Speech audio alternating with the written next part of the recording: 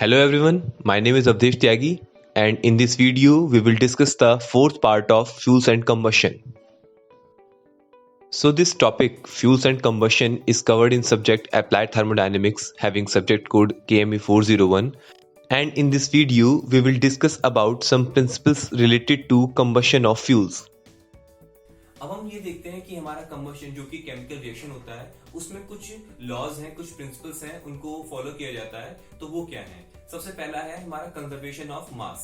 तो एक chemical reaction में हम ये देखेंगे कि जो हमारे एलिमेंट्स होते हैं जो एज रिएक्टेंट पार्टिसिपेट करते हैं उनका total mass before chemical reaction and after chemical reaction दोनों ही कंडीशन में हमारा वो सेम बना रहता है। तो अगर उस लॉ को हम समझें तो जो हमारा लॉ या प्रिंसिपल है वो ये कहता है कि the mass of each element is conserved during a chemical reaction, और इसी के बेसिस पे हम अपनी जो केमिकल रिएक्शंस होती हैं उनको हम बैलेंस भी करते हैं। So this is the statement that the mass of each element is conserved during a chemical reaction. तो ये जो हमारा ईच एलिमेंट है इसको हम देखेंगे कि बिफोर केमिकल रिएक्शन वो एज रिएक्टेंट होता है और बाद में वो हमारे कुछ कंपाउंड बनाता है, कुछ न्यू प्रोडक्ट बनाता है। तो दोनों ही केस में रिएक्टेंट और प्रोडक्ट दोनों ही केस में हमारे जो एलिमेंट है उनका टोटल मास कंजर्व रहता है, सेम रहता है। तो उसको एक एग्जांपल की मदद से समझते हैं। तो यहां पर अगर हम एक एग्जांपल लें तो हम एक हाइड्रोजन के कंबशन का एग्जांपल लेते हैं। तो यहाँ पर अगर हम देखें तो यहाँ पर है हमारा हाइड्रोजन का, हमने जब ऑक्सीजन की मदद से कंबस्ट किया तो हमें H2O मिला। तो इसको अगर हम बैलेंस करें, आपने केमिस्ट्री के पहले बेसिक कोर्स किए होंगे, तो वहां पर अगर हम उनको बैलेंस करें तो हमारी जो बैलेंसिंग इक्वेशन निकल कर आती है वो ये आती है 2H2 + O2 makes twice of H2O। तो ये हमारी केमिकल इक्वेशन हो गई for the combustion of hydrogen. तो यहाँ पर अब अगर हम देखें तो अगर हम हाइड्रोजन का एटॉमिक मास देखें, हमने 1 रखा, ऑक्सीजन का एटॉमिक मास 16, और इस तरीके से हमने यहाँ पर प्रोडक्ट्स में भी इनको ऐसे रखा। ये हमारे रिएक्टेंट्स हैं और ये हमारे प्रोडक्ट्स हैं। तो यहाँ पर हम देखें 4 किलोग्राम ऑफ हाइड्रोजन को हम जब 32 किलोग्राम ऑफ ऑक्सीजन सप्लाई करते हैं तो हमारा 36 किलोग्राम H2O बना। तो यहाँ पर हम अगर ध्यान दें तो हाइड्रोजन का एज रिएक्टेंट जो मास हमारा आया है वो है 4 किलोग्राम। तो एज रिएक्टेंट हमारे पास 4 किलोग्राम हाइड्रोजन है। इसी तरीके से इसको कंबस्ट करने के लिए जो हमने ऑक्सीजन सप्लाई की है उसका जो हमें मास चाहिए वो है 32 किलोग्राम ऑफ ऑक्सीजन। तो इस तरीके से ये दोनों हमारे रिएक्टेंट हो गए हैं। अब अगर हम देखें यहाँ पे इनके कंबशन से जो हमारे 36 किलोग्राम ऑफ H2O है, अगर इस H2O की हम एनालिसिस करें तो हमें मिलता है 4 किलोग्राम ऑफ H2। लेकिन अब ये एज रिएक्टेंट नहीं है, अब ये एज प्रोडक्ट है। तो हमें एज प्रोडक्ट में भी 4 किलोग्राम हाइड्रोजन मिल रही है। इसी तरीके से हम यहाँ पे देखें तो हमें 32 किलोग्राम ऑक्सीजन मिल रही है, बट यहाँ पर भी अब ये एज प्रोडक्ट है। तो हम चाहे LHS में, यहाँ पर जो हमारा LHS है ये सब हमारे रिएक्टेंट्स हैं।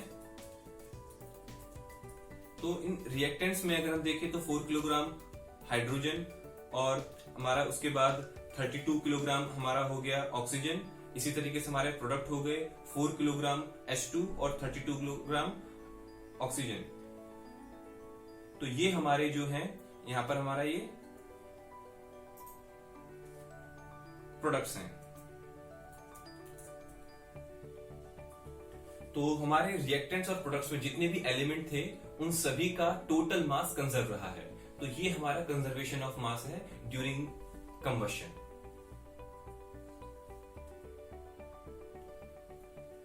तो अब हम ये भी देखेंगे कि हमारा जो कंबशन होता है, जो केमिकल रिएक्शन होती है, उसमें हमारे टोटल नंबर ऑफ एटम्स जो हैं वो भी कंजर्व रहते हैं। तो हमारे जितने भी एलिमेंट्स हैं जो एज रिएक्टेंट पार्टिसिपेट करते हैं कंबशन में, उनके जो टोटल नंबर ऑफ एटम्स हैं वो आफ्टर कंबशन उतने ही बने रहते हैं। तो वो कंजर्वेशन बना रहता है, उसको हम कहते हैं conservation of number of atoms during combustion. तो हम इसको देखते हैं।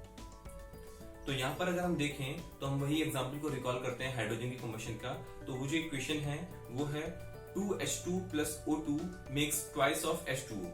तो यहाँ पर अगर हम atomic total number of atoms की तरफ ध्यान दें तो यहाँ पर हाइड्रोजन के 4 एटम्स एज रिएक्टेंट्स पार्टिसिपेट करते हैं और ऑक्सीजन के 2 एटम्स पार्टिसिपेट करते हैं।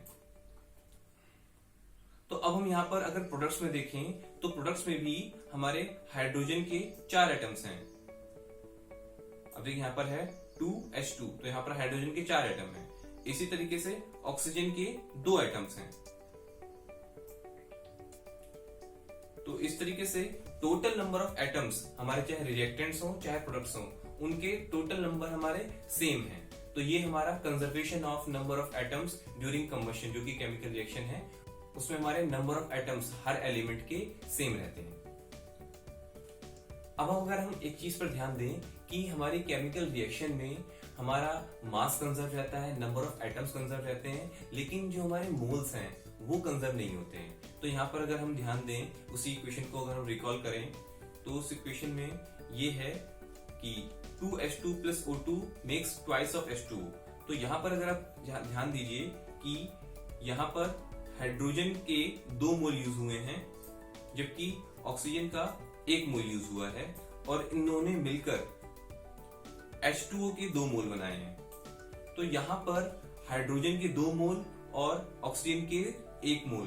तो यहाँ पे अगर हम ध्यान दें तो हमारे टोटल जो रिएक्टेंट्स हैं उनके जो मोल बनकर आते हैं वो 3 मोल हो गए, 3 मोल।